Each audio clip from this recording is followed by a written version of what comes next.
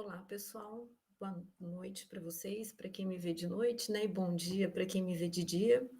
Então, nós vamos dar início, excepcionalmente, essa nossa aula ao vivo, né, gravada, em função do luto decretado pela universidade. Então, a fim de nós mantermos o cronograma, essa aula fica disponibilizada para vocês na data prevista.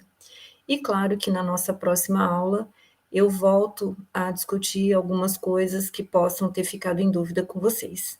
Então, eu agradeço a compreensão de vocês nesse momento, mas que realmente a dona Ana ela foi uma mulher excepcional, um marco, na educação aqui na região de Presidente Prudente e também em todo o Brasil, visto que nós temos estudantes das diferentes regiões do país, e ao longo desses 50 anos de UnoOeste, formamos mais de 120 mil estudantes, né? Então, realmente, foi uma pessoa sonhadora, visionária, empreendedora, né?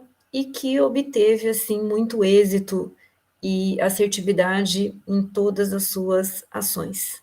Então, quem quiser saber um pouquinho mais sobre a biografia da dona Ana, basta acessar o site da UnoOeste, que lá tem a matéria falando sobre a vida dela, que certamente, junto com o professor Agripino, foram grandes realizadores e grandes transformadores de pessoas pela educação. Então, vale a pena ler e conhecer. Bom, pessoal, então, dando início à nossa aula da disciplina de reações químicas analíticas e identificação de cátions, nós iniciamos o clássico da química analítica, que são as reações químicas, né, e as identificações de cátions por meio de grupos.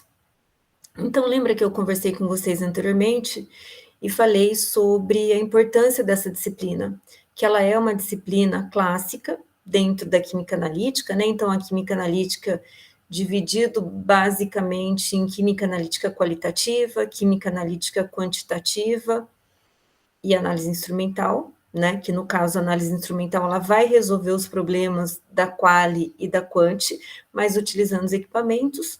Mas essa química analítica qualitativa que eu vou mostrar para vocês a partir de hoje é uma química analítica de bancada. É uma química analítica de tubo de ensaio. É uma química analítica de reagentes simples, de pipetadores, pipetinhas de Pasteur, como a gente costuma dizer, e conhecimento das reações, que isso é o mais importante. Então, ela traz uma bagagem para a gente de todas essas reações e que vocês vão levar aí para a vida inteira e não só na disciplina, né? Então, vale a pena ficar atento a cada reação, a cada identificação, a cada etapa da aula, para que vocês realmente se familiarizem com as reações químicas. Então, o objetivo da nossa aula é identificar e analisar os cátions do grupo 1, 2 e 3. Então, essa química analítica de análise e identificação de cátions, ela é exclusiva de cátions. Possivelmente vocês já estão vendo com o professor André a análise dos grupos purâneos, certo? Então, na aula de hoje, o grupo 1, 2 e 3, e depois, na aula do nosso último módulo, a gente vai ver os grupos 4 e 5. Bom, pessoal, então, quando nós falamos de análise e identificação de cátions, a gente precisa conhecer os compostos, né? Então, nós sabemos que os compostos, eles são formados por ligações químicas, por ligações iônicas, por ligações covalentes, né? E no caso da formação dos compostos, que basicamente a gente utiliza na identificação e na análise e identificação dos cátions, eles são compostos iônicos. E que muitas dessas separações e identificações, elas são baseadas nas reações de dupla troca. E aí, como são reações de dupla troca, vai envolver esses compostos iônicos e, consequentemente, o mecanismo de reação bastante simples, que envolve a troca de cátions e ânions entre compostos químicos. Então, nessa figura, que ela é da referência bibliográfica de vocês, a gente tem a formação de um composto iônico. Lembrando que o composto iônico ele é formado pela ligação iônica e que essa ligação iônica ela é formada pela doação e recepção de elétrons. Então, por espécies que precisam ficar estáveis doando elétrons, que é o caso aqui do sódio, um elétron na última camada, e o cloro, no caso aqui, com 7 elétrons da última camada, e aí recebendo a doação do sódio. Com isso, o sódio fica com uma carga positiva e o cloro com uma carga negativa, e, consequentemente, os opostos se atraírem e formando o composto cloreto de sódio.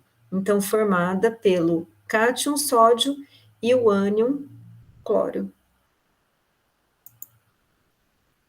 Então, quando nós uma outra revisão que cabe aqui é que quando nós falamos das reações químicas, a gente precisa ter evidências. Então, evidências da ocorrência da reação química. E que uma delas, ou várias delas, é a formação de um produto pouco solúvel, que nós vamos ver que na química analítica, nessa fase de separação de cátions, é a reação que a gente mais utiliza, que é a formação de precipitado, que é uma forma da gente retirar o cátion de interesse da solução. Uma outra evidência é a formação de gases, que é representada aqui quando nós adicionamos um comprimido, né, um medicamento efervescente, né? Então, na verdade, quando nós colocamos ele em água, ele gera uma substância que libera gás. No caso aqui da formação do composto pouco solúvel, é que a gente forma uma nova substância que é insolúvel na água. Por isso que ela evidencia que eu tive a formação de uma nova substância. Depois, formação de sais a partir de ácidos e bases e mudança de coloração do meu sobrenadante. Em alguns casos, são mostrados a liberação de luz e calor, mas lembra que nesses casos pode acontecer de eu não ter uma reação química, mas só um fenômeno físico, que eu mantenho, então, a identidade das minhas substâncias. Então, essas são as evidências da ocorrência de reação química. Então, quando nós falamos nessas reações de identificação, a maioria delas será por meio da formação de um precipitado. E lembra que quando a gente fala de formação de precipitado, nós estamos falando de formação de um sal pouco solúvel. E o que a gente viu na aula passada, que é a característica do sal, né, que precipita, que é um chamado de eletrólito fraco, né, que ele não tem, ou ele tem, mas uma pequena capacidade para formar, para sofrer um processo de dissociação, né? Então, que a precipitação, ela ocorre em função do equilíbrio iônico em solução, né? Então, dessa capacidade do meu sal sofrer um processo de dissociação, formando uma solução saturada, mas aquele composto que ele não sofre mais a dissociação, ele fica na forma de sólido, né? E com isso a gente escreve a constante de equilíbrio. Então, quando ele está saturado, a gente tem o quê? O sulfato de bário sofrendo a dissociação, gerando bário 2+, e sulfeto -2. Com isso, a gente tem que, como o eletrólito é fraco, a dissociação aqui vai ser muito baixa, então a gente considera essa concentração, no exemplo aqui, do sulfato de bário como constante. Então, por isso que a gente escreve a constante de equilíbrio desse sólido. Então, que nós temos a mesma definição, que é o equilíbrio químico, lembra? Que é quando eu tenho a igualdade de velocidade de uma reação reversível, então que a velocidade no sentido da direita e da esquerda são iguais. Que a princípio a gente tem uma constância na concentração, mas lembra que isso não significa que eu não tenho a ocorrência da reação, né? O fato da concentração permanecer constante não significa que a reação não existe, né? Então, a constante de equilíbrio, que é o produto da concentração dos meus produtos, dividido o produto da concentração dos meus reagentes. Como a gente considera que o sulfato de bário aqui, ele é constante, então a gente não coloca ele na reação. A gente multiplica, na verdade, por essa constante. E aí, uma constante vezes constante, ela vira uma terceira constante, e que eles chamaram aqui de KPS, certo? Então, aqui alguns exemplos de reações cujo KPS é muito baixo, então que, consequentemente, quando eles estiverem em água, eles vão sofrer um processo de precipitação. Então, ele exemplifica aqui o valor de KPS em função das reações, né? Então, o hidróxido de bário, ele reage com o oxalato de sódio, gerando oxalato de bário mais amônia. Então, veja que eu tive uma reação de dupla troca aqui. Então, o sódio, que se combinou agora com o hidróxido, e o bário, que se combinou com o oxalato, gerando, então, oxalato de bário e hidróxido de amônia, que, no caso, o oxalato de bário é insolúvel e o hidróxido de sódio é solúvel. Então, esse KPS aqui, ele corresponde ao o KPS do oxalato de bário. Pensando ainda numa reação com bário, a gente pode ter o carbonato de bário, que é formado pela reação do hidróxido de bário e o carbonato de sódio, KPS da ordem de 10 a menos 9. A outra reação, formando o cromato de bário, KPS 1,6, 10 a menos 9. E a formação do sulfato de bário, 10,2 vezes 10 a menos 11. Certo? Então, uma exemplificação aqui de reações, todas elas utilizando o mesmo cátion. E aqui, a identificação de ânion cloreto, né? Então, onde ele é utilizado aí nas reações dos diferentes metais. Então, chumbo, cobre, prata e mercúrio. E que pela reação de dupla troca, a gente tem a formação dos cloretos insolúveis, que é o cloreto de chumbo, cloreto de cobre, cloreto de prata, cloreto de mercúrio 2. Então, na ordem aí de 10 a menos 4, 10 a menos 6, 10 a menos 10 e 10 a menos 18. Tudo bem? Então, indicando a característica desse composto. Bom, pessoal, então com isso, o que nós temos é uma sistematização, né? Quando nós falamos em grupo 1, 2 e 3, nós falamos de uma sistematização para melhor organização dos metais que nós vamos querer separar da minha solução e identificar com reações específicas para eu garantir que aquele composto que eu acho que ele realmente seja, certo?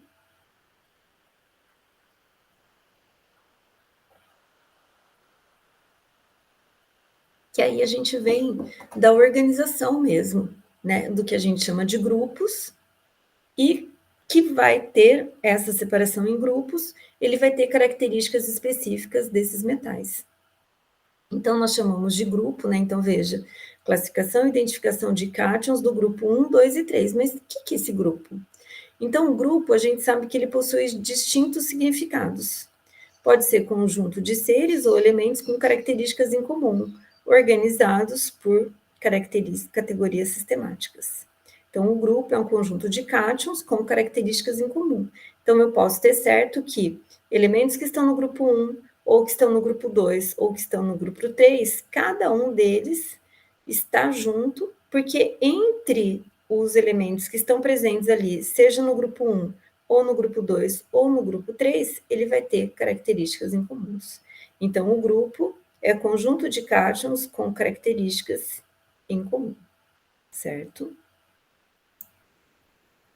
Então, aqui, para exemplificar, eu tenho objetos diferentes num único recipiente.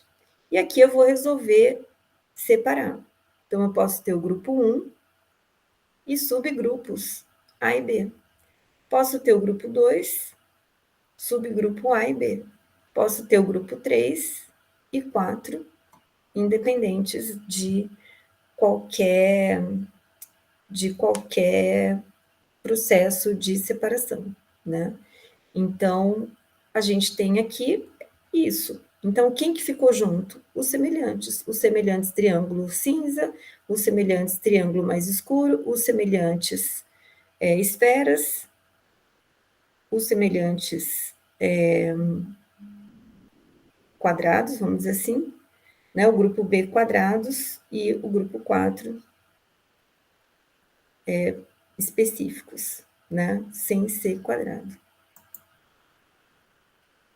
Então, pessoal, quando a gente fala na química analítica, quando a gente se refere a essa separação de cátions, a gente fala que nós temos uma marcha analítica, que são procedimentos padrões que vão fazer com que eu tenha uma sistematização do meu processo de separação no processo de separação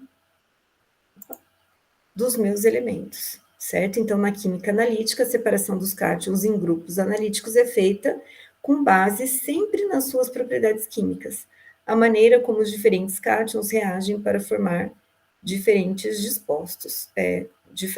compostos, certo?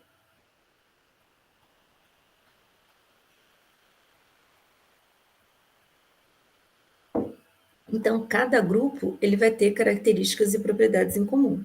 Então, nós temos os grupos principais, que é o grupo 1, 2, 3, 4 e 5, e aí a característica de cada um deles. Quem faz parte do grupo 1? A prata, o chumbo e o mercúrio.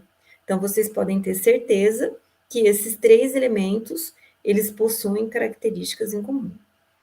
O grupo 2, mercúrio 2, cobre, cádmio, chumbo, bismuto, arsênio, antimônio e estanho.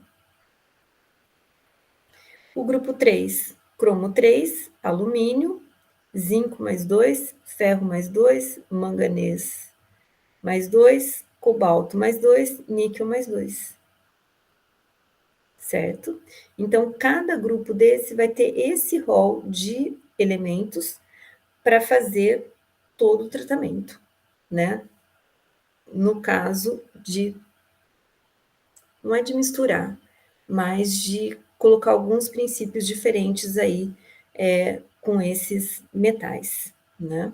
E depois o grupo 4, manganês, bário, cálcio e estrôncio, e chumbo, grupo 5, sódio, potássio e amônio. Que em alguns cursos, pessoal, esse grupo 5, na verdade, ele é o grupo 1. E aí todos os outros grupos, eles acabam descendo, certo? Mas aqui a gente utilizou o mais tradicional, que é a separação em grupos, mas em função do que é produzido, ou do que contém nele, né? Então, a separação em diferentes cátions e seus respectivos grupos, né? Então, o que a gente tem? Dessa forma aqui, com reações de precipitação, que a gente acaba conseguindo separar e identificar os meus compostos de interesse. Quando eu começo a fazer a marcha analítica, significa que no meu grupo 1, se eu encontrar o grupo 1, eu vou ter prata, chumbo e mercúrio? Se eu tiver presente o grupo 2, será que mercúrio, cobre, cádmio, chumbo, bismuto, arsênio, antimônio, estanho, eles estarão presentes? Né? Ou será que eles podem ter um ou dois, ou pode ter nenhum, né? Então, na verdade, pode ter ou não ter, né, pessoal? Posso não ter nem o grupo 1, posso não ter o grupo 2, né? Porque é a casualidade, né? Ou também o perfil da amostra, né? Então, de onde veio essa amostra? Ah, ele veio de uma siderúrgica. Então, será que vai ter sódio, né? Ou será que vai ter ferro? Ou será que vai ter mercúrio? Ou será que vai ter chumbo, né? Então, quando eu faço a marcha analítica, não significa que eu vou encontrar todos os cátions. Mas às vezes eu não encontro porque realmente o cátion não está presente. O que pode acontecer é a gente perder esse cátion no meio do caminho. E aí, consequentemente, os meus ensaios de identificação, eles não terão um resultado correto, certo?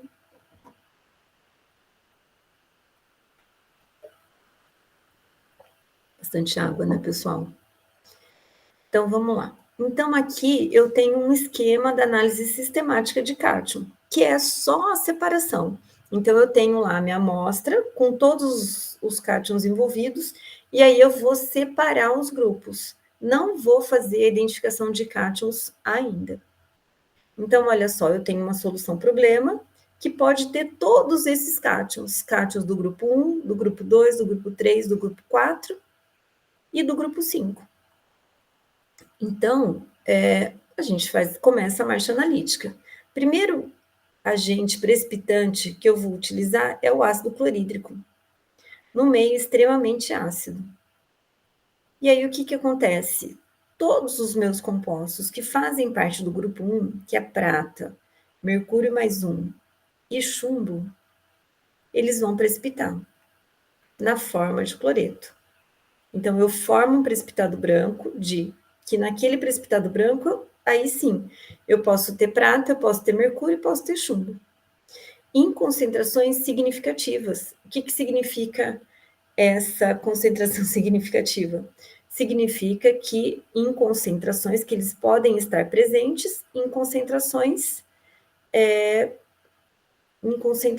acessíveis para sua determinação, certo? Então, eu tinha minha amostra com tudo, adicionei ácido clorídrico, parte dela precipitou. Se parte dela precipitou, eu vou separar esse precipitado, que vai estar lá no papel de filtro, e vou tirar ele da bancada. E aí, com isso, a partir dele, eu posso preparar outras soluções ou não preparar em função do resultado, certo? Não sei se ficou muito claro. Então, pessoal, separei cloro, mercúrio e chumbo. A partir disso daqui, que vai ser na forma de um precipitado, a gente vai fazer as análises de identificação. Então, eu supus que eu tenho esses 3 elementos. Então, consequentemente, eu vou ter que fazer ensaios para verificar se realmente são eles ou se eu escapei, né? Se ele não foi pego aí no processo de separação e identificação, certo? Bom, adicionei o ácido clorídrico, 3 mol por litro. Se realmente eu tiver um desses elementos do grupo 1 na minha solução, ela vai precipitar. Depois disso, se precipitou, eu vou colocar numa centrífuga, porque numa centrífuga, forçadamente, o meu precipitado, ele vai descer para o fundo do tubo. E aí, no sobrenadante do tubo, ficarão os grupos 2, 3, 4 e 5, certo? Então, aqui no primeiro, separei. Mantive o grupo 2, 3, 4 e 5, que ainda é muito grande. Então, o que a gente vai fazer? Vai adicionar mais um pouco de ácido clorídrico para garantir, então, o processo de acidificação e até mesmo oxidação. E aí ele volta, então, para o meu sistema e vai alimentando ali onde ele está em grupos.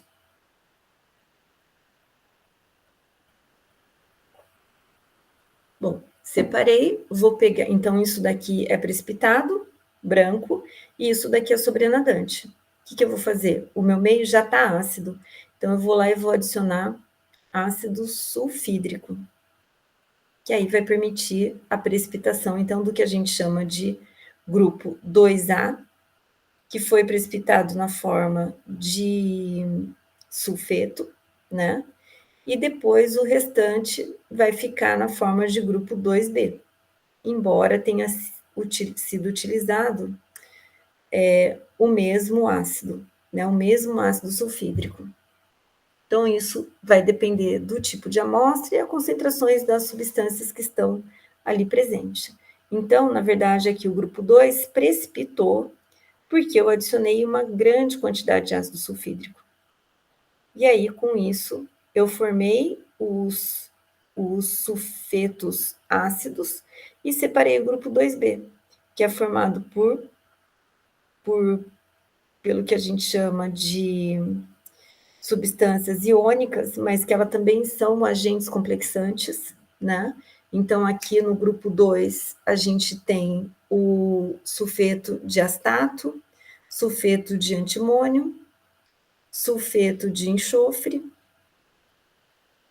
sulfeto de estanho, tenho o astato, tenho o astato de antimônio e tenho o óxido de estanho, certo?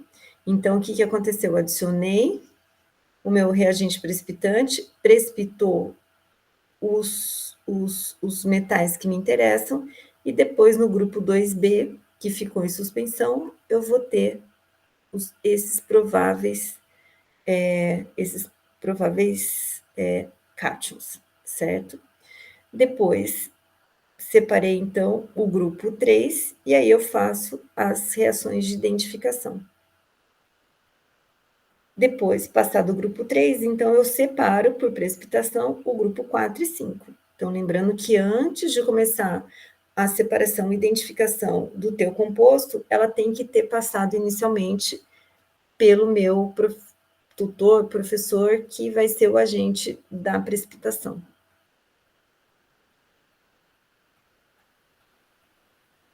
Então, separei grupo 3, sobrou no tubo de ensaio o grupo 4 e 5. O que a gente vai fazer?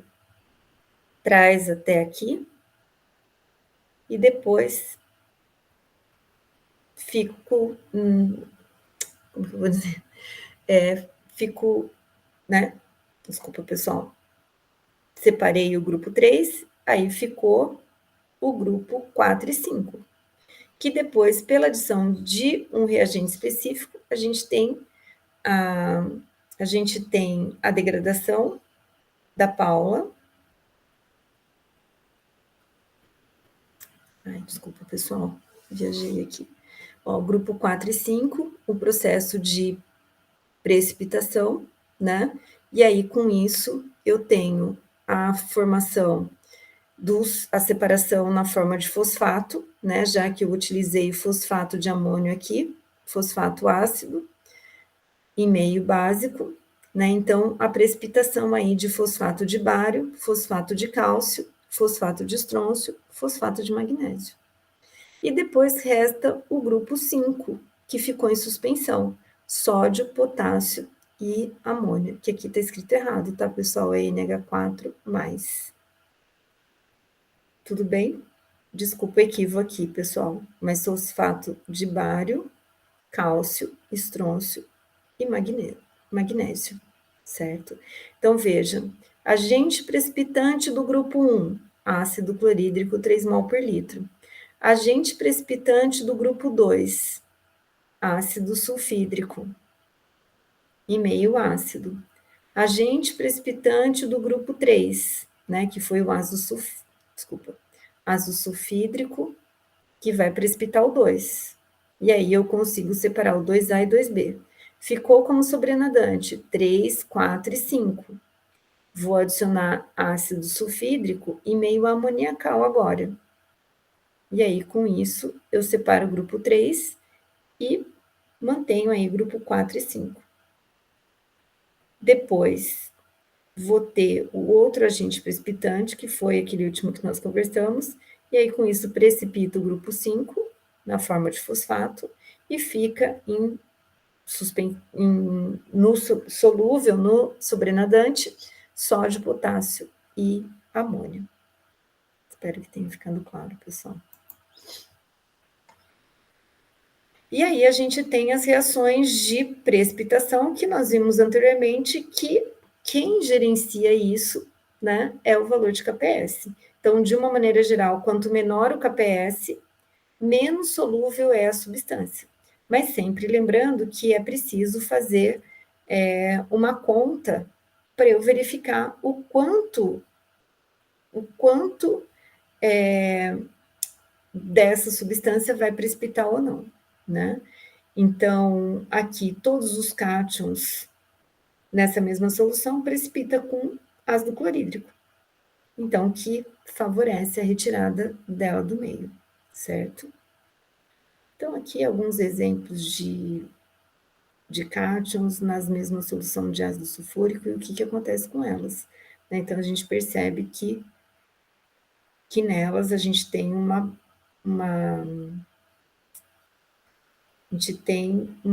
precipitação aí, né, na verdade uma separação com o ácido clorídrico, né. Então, se eu tenho no meu tubo de ensaio, prata, cobre, ferro, cálcio, sódio, potássio e ácido clorídrico, quem vai precipitar é o cloreto de prata. Os demais reagentes, eles vão ficar em solução, certo? Então, é um modo de separar. Então, só a prata precipitou com ácido clorídrico para formar o cloreto. Então, por isso que todo o restante ficou em suspensão e que vai seguir para fazer toda a marcha analítica aí de separação, certo? Aqui eu tenho reação só com cobre, que ele vai precipitar, né? Na verdade, o ferro que vai precipitar com ácido sulfídrico, e assim sucessivamente, certo? Então, quando a gente fala desses cátions todos que estão presentes em solução, né, a gente diz que ele é dividido em 5 grupos que baseiam nessa forma de precipitação seletiva, que tem a ver com cada KPS de cada elemento. Então, isso significa que uma dada solução inicial pode conter um ou mais cátions e que eles irão precipitar em forma definida por um fluxograma específico, porque, na verdade, esse fluxograma ele já foi muito estudado, né? E ainda, geração do... como que eu vou dizer? Esses cátions que são muito estudados, eles acabam encontrando, vamos dizer assim, reações específicas para eles. Né? Então, cada solução inicial contém um ou mais cátions e que eles vão precipitar em ordem definida pelo fluxograma específico. Então, na verdade, se cria aí um mapa mental, praticamente, com todas as reações envolvidas e todos os processos de separação. A maioria da reação, então, como eu já falei, é realizada em tubo de ensaio, no que a gente chama de escala semimicro, né, mas também pode ser executada em vidrarias maiores. E sempre a solução em meio aquoso, né, então sempre a água como solvente. E aí, uma vez realizada a reação, você vai ter duas coisas distintas. O sobrenadante, que é onde eu, na maioria das vezes, continuo com meus cátions dissolvidos, ou precipitado, que foi a forma que eu separei, que eu retirei os meus cátions de interesse, né, que é por meio da separação.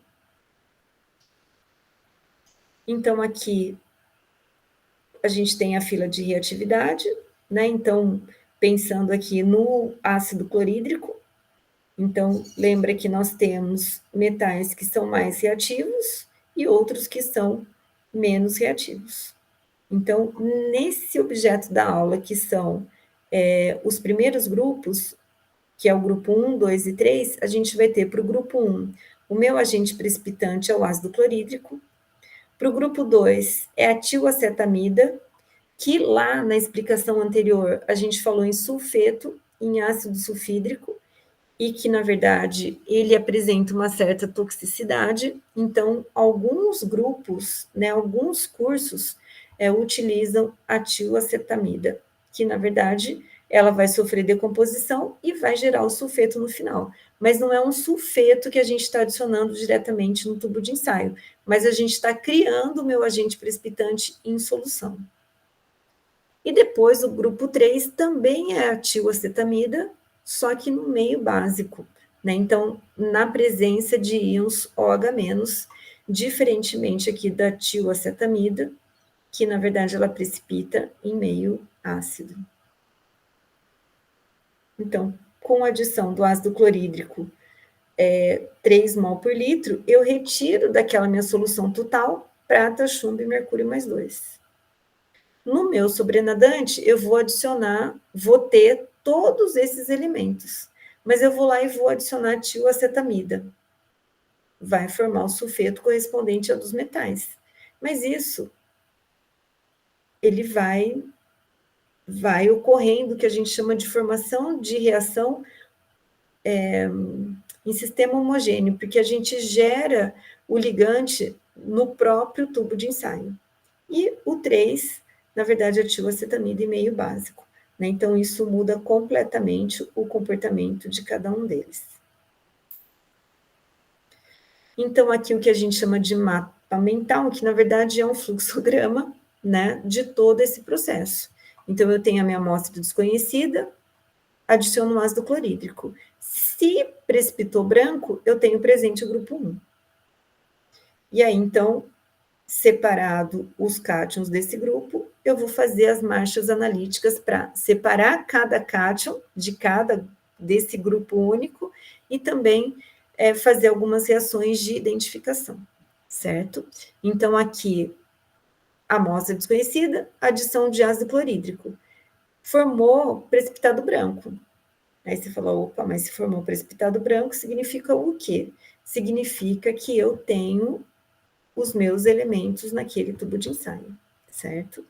E aí, depois disso, eu aqueço, ele vai solubilizar o chumbo que estava na forma de precipitado, e a prata e o mercúrio, eles vão ficar no precipitado sólido.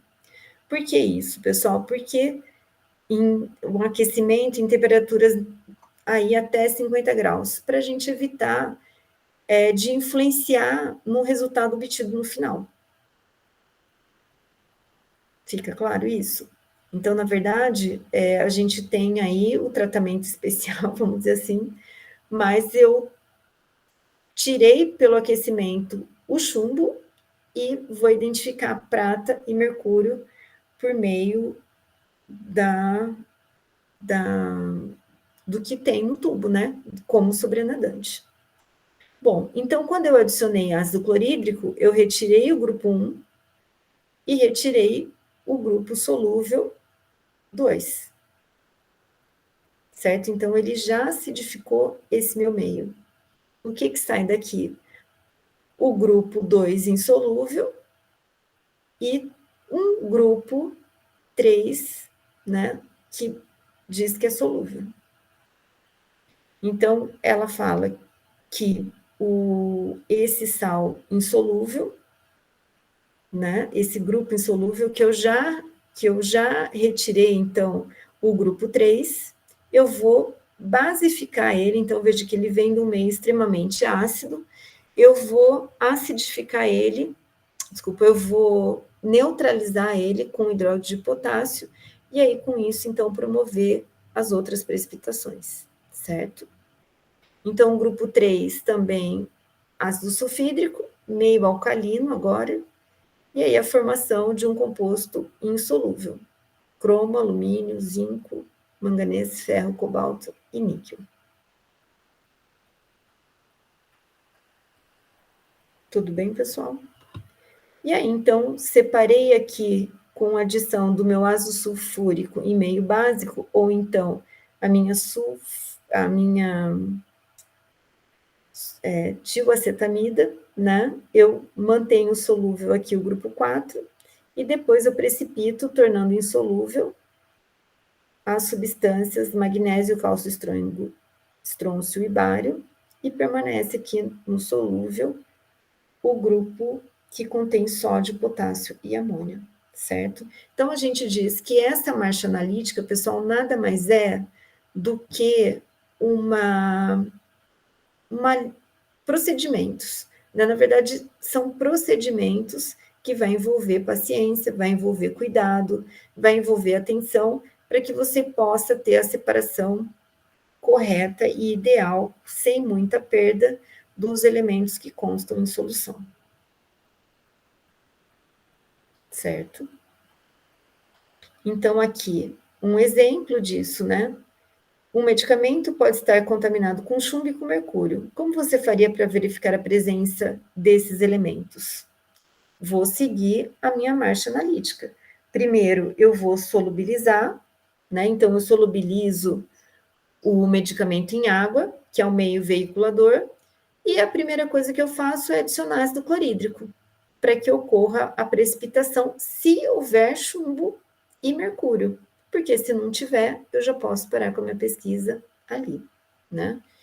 E aí, a etapa 3 é tomar o sobrenadante e adicionar o ácido sulfídrico, que pode ser também pela degradação da tioacetamida.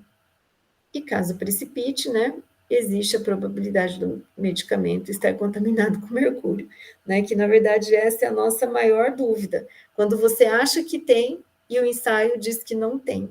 Aí você falou assim, nossa, mas não tem ou eu que perdi o meu cátion durante as análises? Né? Então precisa ficar aí muito atento.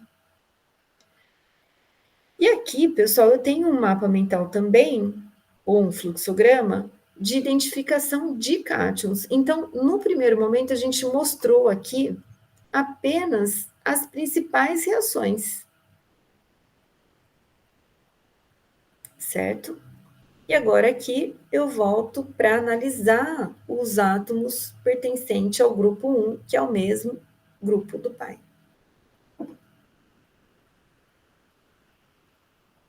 Do pai, na verdade, que contém, né, uma solução maior aí, que contém todas os meus cátions de interesse, certo?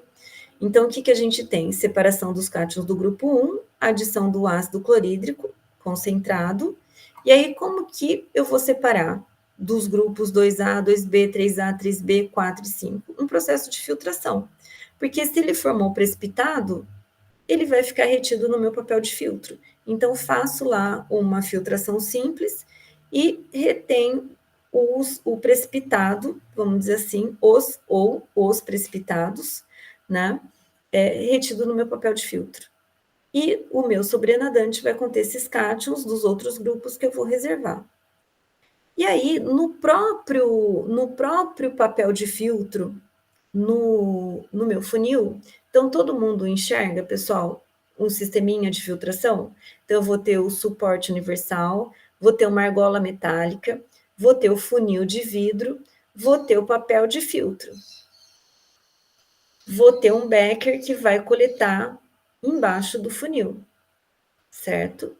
E aí, com o bastão, eu vou transferir o meu líquido para dentro do papel de filtro.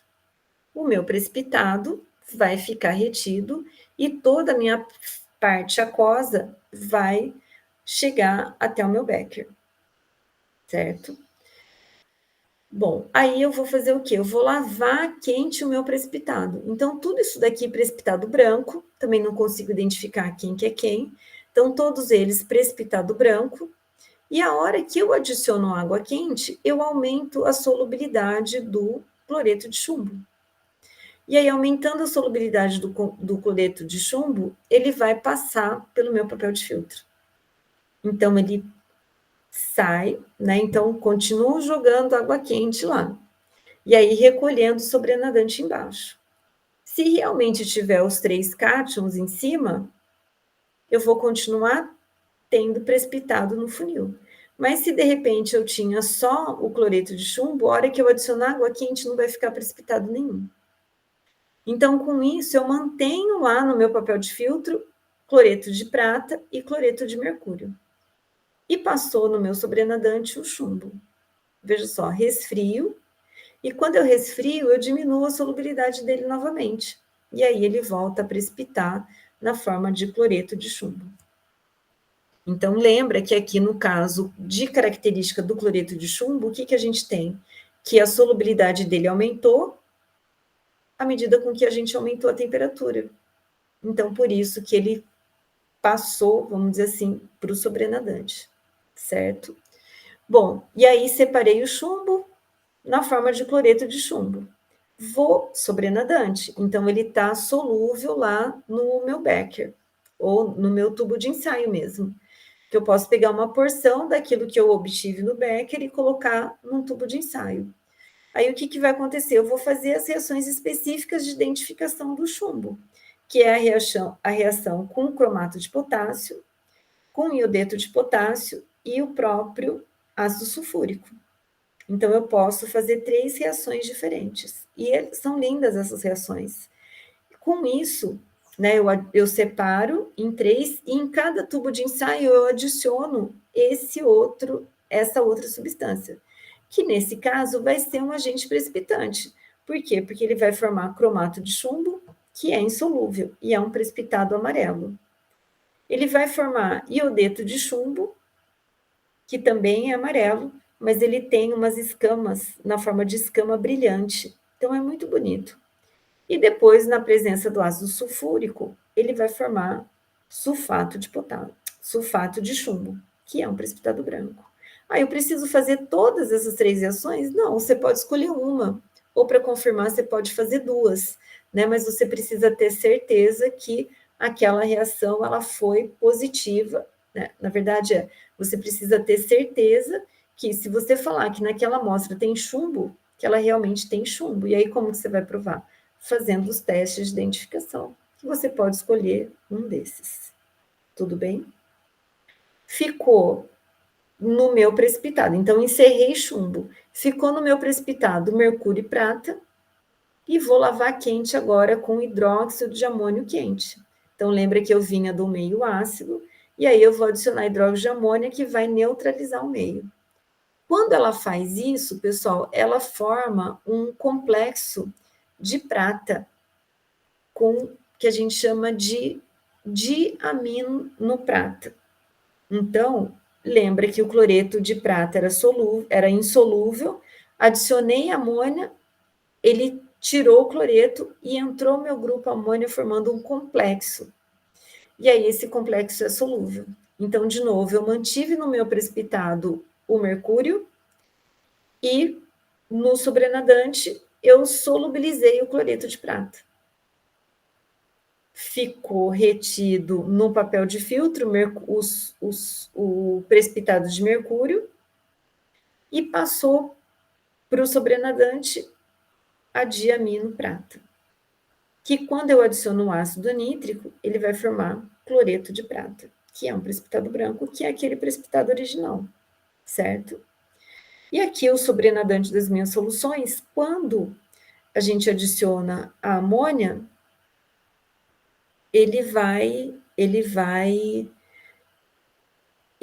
manter isso precipitado, né? Então, com isso, ele vai formar o cloreto de amônia e mercúrio e vai fazer com que o mercúrio sofra uma redução para mercúrio zero e que vai gerar um precipitado preto, que é de fácil identificação, né? Então, se o meu precipitado, que era branco, se transformar em preto, é porque eu tenho certeza que ali eu tenho mercúrio, né? Porque ele sofre uma redução. Tudo bem? Então, vamos lá. Chumbo, prata e mercúrio, ácido clorídrico, sobrenadante os demais cátions e o precipitado cloreto de chumbo, prata e mercúrio 2. Lavo a quente e aí vou solubilizar o mercúrio. Resfrio, formei cloreto de chumbo. Faço as reações de identificação. Desculpa, pessoal, aqui no sobrenadante, né? Depois ficou ainda no precipitado cloreto de prata e cloreto de mercúrio. Lavo o meu precipitado com hidróxido de amônio. Com hidróxido de amônio, mantenho como precipitado o mercúrio e o mercúrio zero, que é preto. Então, pronto, identifiquei que eu tenho mercúrio.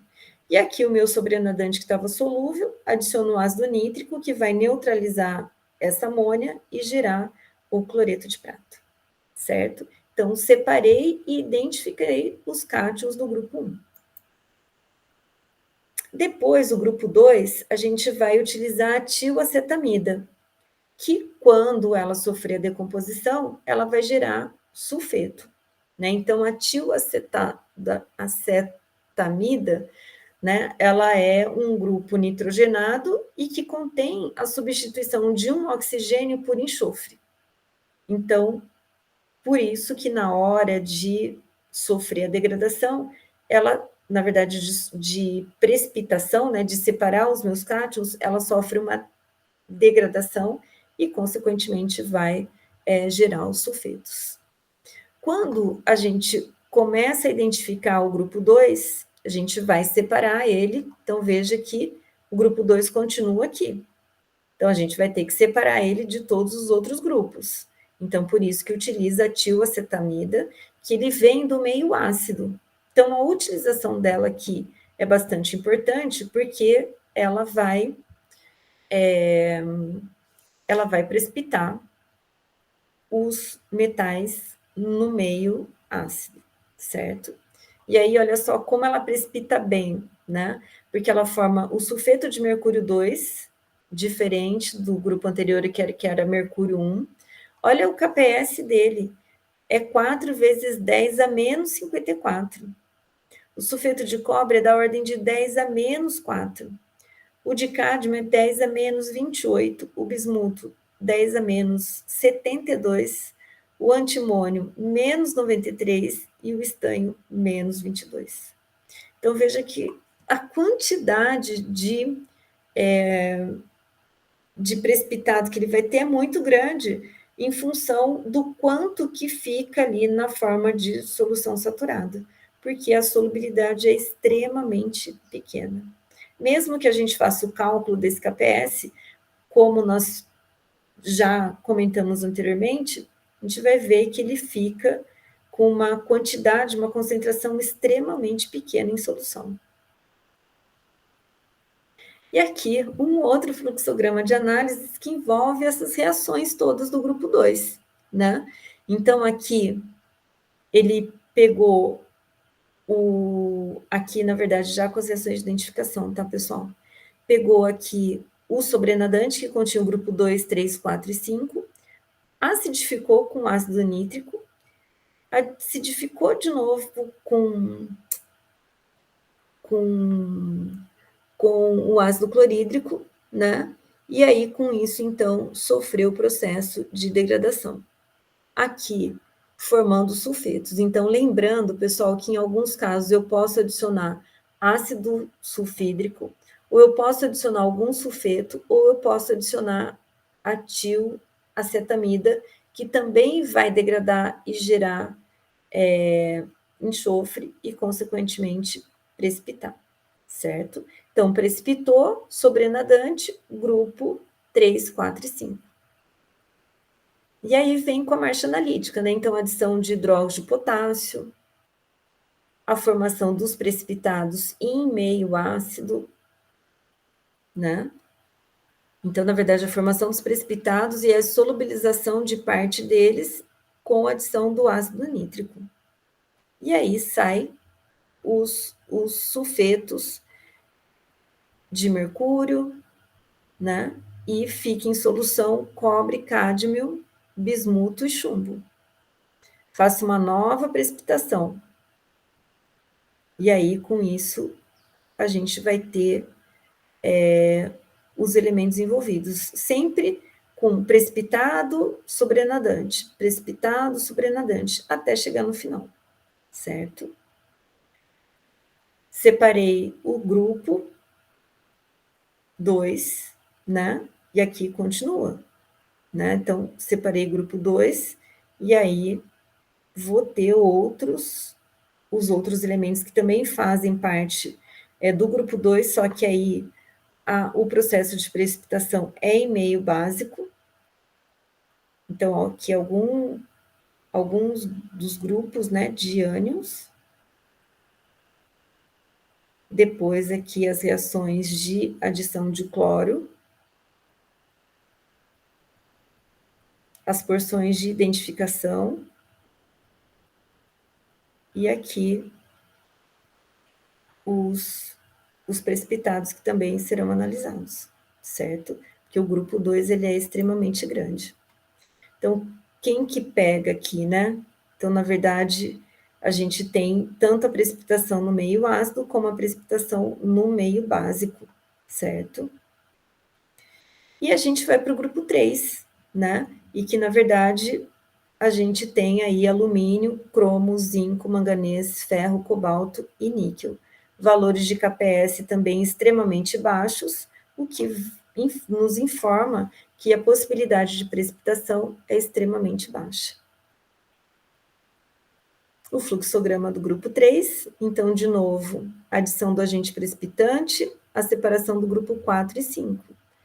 Aqui separa em função do meio básico, né? Então, alguns na forma de hidróxido, outros na forma de sulfeto. A adição do ácido clorídrico e do ácido nítrico. a dissociação dos metais, a adição do hidróxido de potássio e a formação dos hidróxidos metálicos.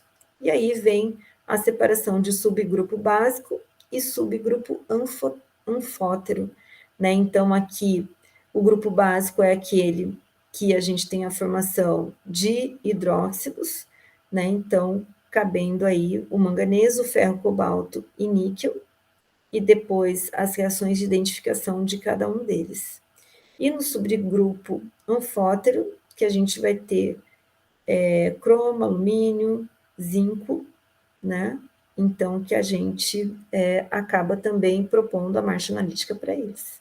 Né? Então, em alguns casos aqui, ele sugere até a quantidade de reagente que deve ser adicionado. Então, a mesma coisa, precipitado, sobrenadante. E olha, veja aqui, ó, cor violeta avermelhada. Cor vermelha, precipitado amarelo.